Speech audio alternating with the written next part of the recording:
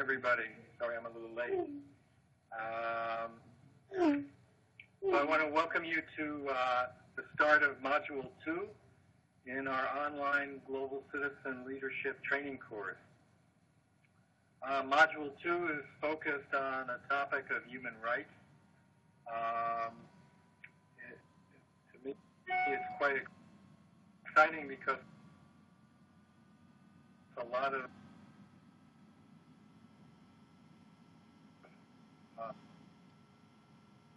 many of the participants in our course have background and experience. Module 2 is going to follow the same format that we use for Module 1, the same learning cycle. So at today's orientation, we expect that the participants will begin to work on their active learning assignment for Module 2. They'll engage in a mentoring call with one of our course mentors and turn in a draft summary of their active learning assignment by the end of this week. Receive feedback on it by the beginning of week 2 of the study of this module. And then next Wednesday, we will have another learning exchange meeting focused on what we've learned for Module 2. I understand that my audio is not coming in. Let me hang on. Is that better now? Can people hear me? I'm going to try to increase. Okay, good. Thank you, Chuck. I'm going to see if I can. Okay, good. Okay, so now I'm heard. So maybe I should start again. So Module 2 is focused on the topic of human rights. Many of the participants in this course have experience working on human rights issues in their country, which I hope they'll have an opportunity to exchange. Part of the value of this course is for people from different countries working on the same global issues to exchange the experience that they have and the lessons that they've learned. Module 2 is going to follow the same learning cycle that we used for Module 1.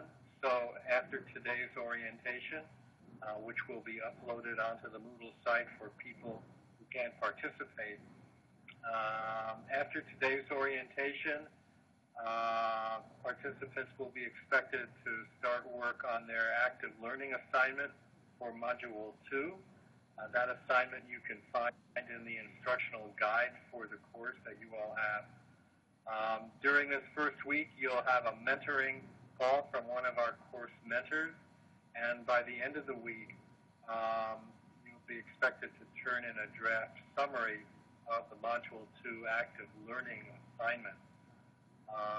By the beginning of week 2, you'll get feedback on your active learning assignment from your mentor and your partner for this module, your course partner, and then next Wednesday, a week from this Wednesday, we'll have a Module 2 learning exchange online discussion where people will have an opportunity to share the work that they've been doing on this particular module.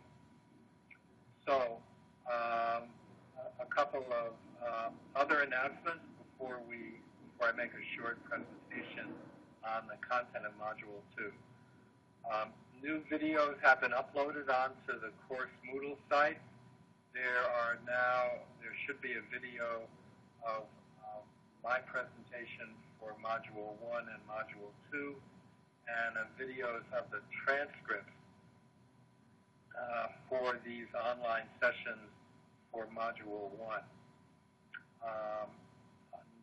Also, if you haven't completed your draft your draft active learning assignment summary for Module 1, please send that in. There are 1 or 2 people whom we're still waiting to get their assignment from. Okay, so let's dive into the content of this Module 2 on human rights. Human rights are often described as fundamental, indivisible, and interdependent rights, which a person is entitled to simply because they're human. Historically, human rights were handed down by religious or moral authorities and later by kings, queens, and other autocratic rulers, often in response to citizen demands. Today, most human rights derive their legitimacy from the social contracts that people make with their governments in democratic countries and by international declaration, agreements, and conventions. The core nature of human rights is grounded in respect for the values of individual liberty, equality, and equity. These core values have remained constant over time. However, the ways in which human rights are applied and defined can change according to movements in the political, economic, and social fabric of society. Though human rights frameworks have existed within individual societies for millennia, the concept of an overarching global human rights framework that includes all members of the global family is relatively new and still evolving. The extermination of millions of Jews, along with several other minority groups during World War II, made leaders around the world painfully aware of the urgent need for international cooperation to prevent such atrocities from being repeated. And so in 1948, this urgent need led to the establishment of the United Nations, the UN Commission on Human Rights, and the Universal Declaration of Human Rights, which all countries have signed. The United Nations also has passed several human rights conventions and treaties which deal with specific sets of human rights, such as the rights of children and the rights of people with disabilities. In addition, most national constitutions now have some form of human rights provisions embedded in them. If in your instructional guide there's a table where you can find a list of the leading international human rights declarations, conventions, and treaties that have been passed by the UN since World War II. And it's a good list, and it's interesting to investigate to what extent your countries have signed these different conventions and treaties and have implemented them. Most human rights experts classify human rights in terms of three categories. First, there are civil and political rights focused on the freedom to think what one wants, have free access to information, have the freedom to act and choose what to do, and the freedom to join in political life. Second, there are social and economic rights that focus on providing social and economic security, protecting access to food, shelter, education, healthcare. And finally, there are economic, cultural, and developmental rights which focus on the right to live in an environment free from pollution and the right to cultural, social, and economic development. There is the greatest amount of consensus and support for the category of rights that are known as civil and political rights. However, in the past several years, efforts have been made to strengthen support also for economic and social rights. The argument is made that it's no use having civil and political rights if you and your family don't have access to the essentials of food, clothing, and shelter needed to maintain a basic quality of life. Still, however, more countries have signed and ratified the Covenant on Civil and Political Rights than have signed and ratified the Covenant on Economic, Social, and Cultural Rights. In recent years, there also have been movements to develop declarations and or conventions focused on contemporary human rights issues. For example, digital rights, or the right to access internet broadband technology, and issues that protect the rights of lesbian, gay, and transgender populations, or LGBT rights. At this moment, there's no universal consensus on either of these issues, but this may change over time. Because it has almost been 70 years since the passing of the Universal Declaration of Human Rights, there are some who argue, who make a case for an overall updating of the original declaration to reflect many of the more contemporary human rights issues that have emerged since its passage. The main problem related to implementing human rights agreements is the difficulties that the world community has had in enforcing them. There is a long and shameful history of disrespect for and abuse of human rights on the part of sovereign states, religious institutions, corporations, and others.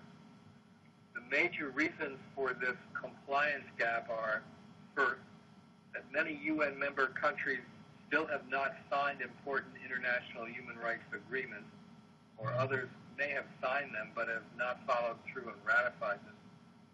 Secondly, countries that are signatories to human rights treaties often fail to put in place relevant supportive national legislation and policies.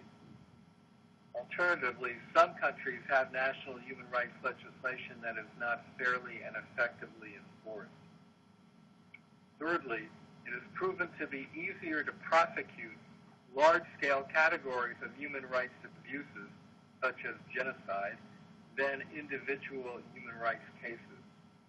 Individual incidences of human rights abuse often are embedded in a country's internal politics. Other countries usually resist interfering in these types of cases, fearing that, if they did so, they might make themselves open to external challenges to their own cases of individual human rights violations. Finally, it's worth noting that multinational corporations have not been subject to prosecution for violation of international human rights law. Even though their actions affect millions of workers and consumers, multinational corporations were exempt from compliance with international human rights standards until very recently. In March 2011, the UN Human Rights Council adopted a set of guiding principles on business and human rights, intended to establish human rights standards for corporations to follow. These principles now have been enshrined in a global compact between businesses and the United Nations, aimed at getting business to honor human rights standards. And the compact has now been signed by over 10,000 businesses in more than 130 countries. So, do any of these reasons listed above for non-compliance with human rights agreements apply to your country? This is an issue that we'll get into as we work on Module 2. What can global citizen leaders do about human rights issues, human rights violations? Global citizens have an important role to play in helping monitor the implementation of human rights norms and agreements, in advocating for fair judicial treatment for those whose human rights have been violated, and educating their communities about the importance of protecting and enforcing agreed-upon human rights laws. Here are some examples of the roles that global citizens can play. First, global citizens can participate in a process known as shadow reporting. A shadow report is information submitted by non-governmental organizations, or NGOs, to UN human rights treaty monitoring bodies that address omissions, deficiencies, or inaccuracies in treaty compliance reports that governments are required to provide. For all of the international conventions and treaties that are on the list that you'll find in your instructional guide, there are reporting requirements. And global citizens working with NGOs can submit shadow reports that, in essence, help verify or validate the reports that their governments provide. Secondly, global citizens can lead or participate in human rights education efforts. Human rights education promotes increased demand by citizens for the enforcement of human rights standards and agreements. It develops an understanding of everyone's common responsibility to make human rights a reality in each community. Thirdly, global citizens can participate in what are known as human rights name, shame, and boycott campaigns. Naming and shaming is a popular strategy to enforce international human rights norms and laws. Naming involves organizations publicizing a country's human rights violations and urging reform. Boycotts involve working with sympathetic governments, the media, and other key stakeholder groups to boycott an event that is linked with a human rights abuse issue. For a good example, examine the international backlash against Russia's anti-gay propaganda law that took place during the 2014 Winter Olympics in Russia. It included boycotting the serving of Russian vodka by many bars around the world. Finally, global citizens can help with the process of implementing global human rights agreements by supporting local and international human rights organizations. For example, most people know about the work on human rights that's done by groups like Amnesty International or Human Rights Watch.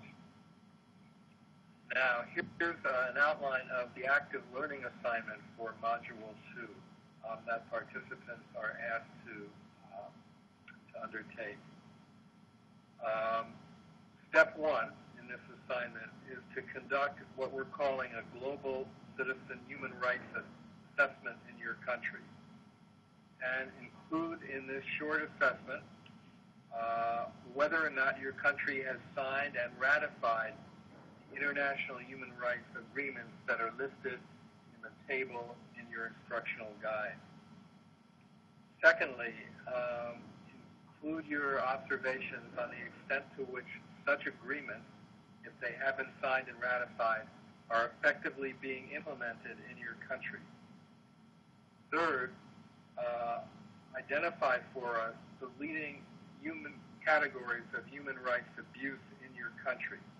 And if you can, we'd like you to cite data and information that support this finding. Also identify the obstacles to correcting the human rights abuses in your country and how you feel these obstacles can be better addressed.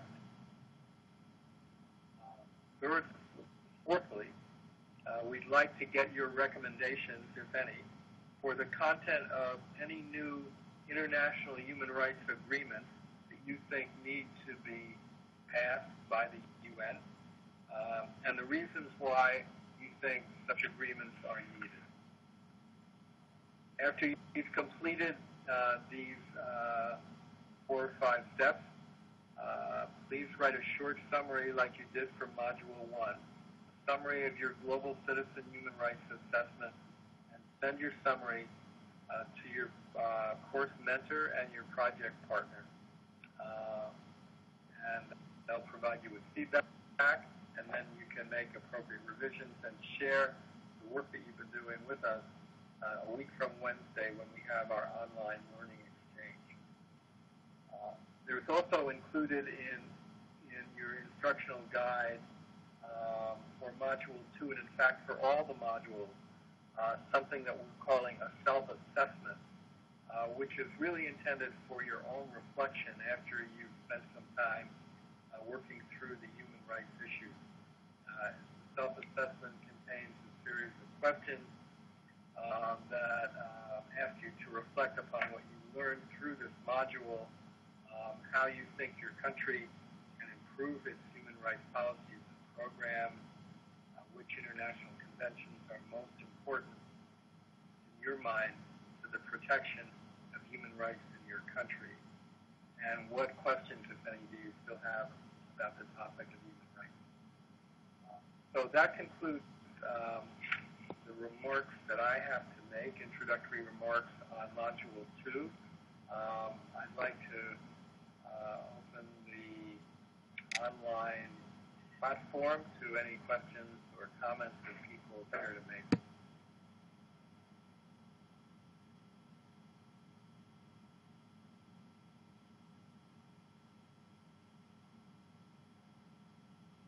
Okay, I'm not seeing any questions, so either I did a good job of explaining the content of Module 2, or possibly people can't hear me, or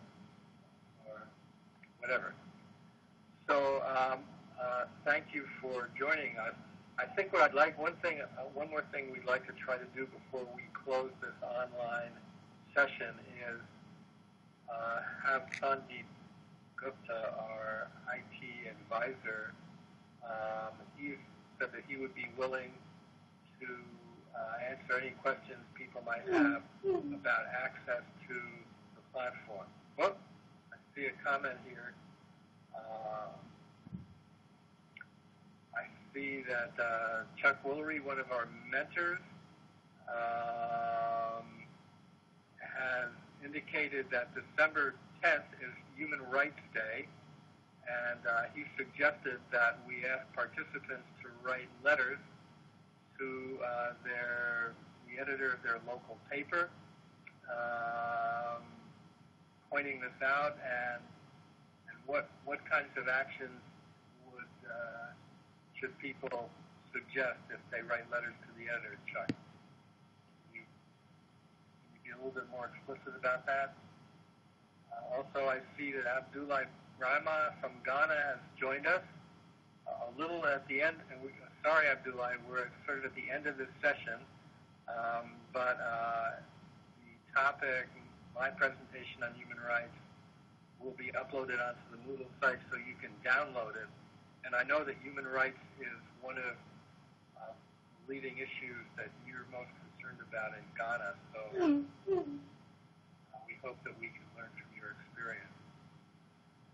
So Chuck says, if you can read this, that if you write a letter to the editor, that you should list the consequences of not enforcing human rights globally.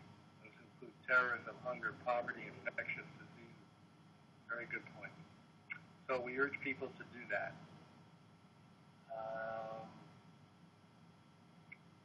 Any other comments? I see Jared Bell is on the line. I know that based on my reading of his bio, that he's worked a lot on human rights issues in the U.S., so I hope we can learn from your experience, Jared. So Sandeep, so do people have, before we end this online session, do people have,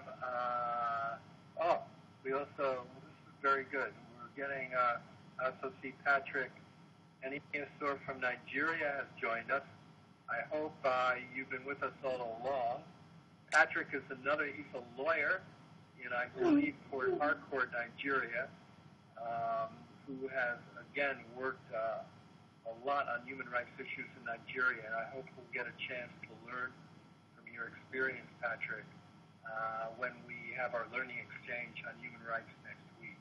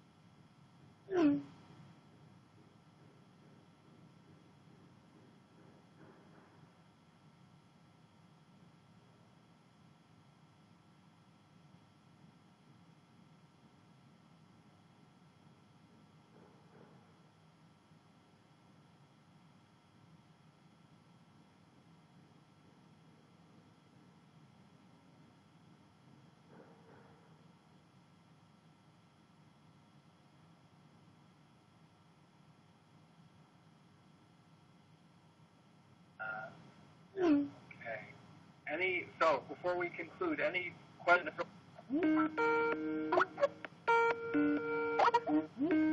Learning exchange where hopefully we'll get a lot of good participation and people will have an opportunity to share the work that they've been doing in their countries on human rights issues. Okay, so thank you very much for participating and have a good day. And you can continue. It looks like we have a good kind of chat conversation going, so why don't we just keep that going with Chuck, who's trying to get us all engaged in the promotion of Human Rights Day, International Human Rights Day, on December 10th. So we'll just leave this up and running for a while. So thank you all for participating.